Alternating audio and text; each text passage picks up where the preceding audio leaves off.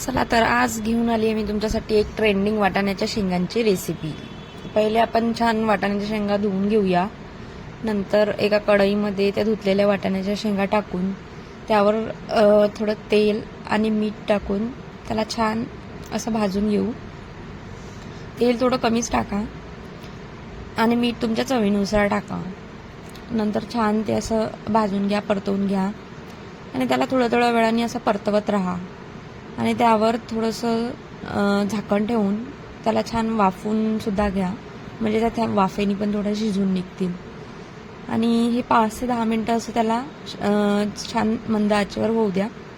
नंतर गॅस बंद करून नंतर तिखट त्यामध्ये ॲड करा, म्हणजे तुमचं तिखट हे जळणार नाही।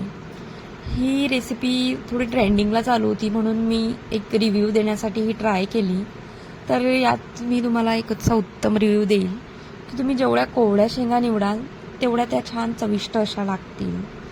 नंतर ह्या 10 मिनटं अशा भाजून झाल्यानंतर छान तुम्ही ताटामध्ये सर्व करून त्या छान तुम्ही अशा वरपून खाऊ शकता आणि ही खूप टेस्ट याची एकदम खूप छान लागेल।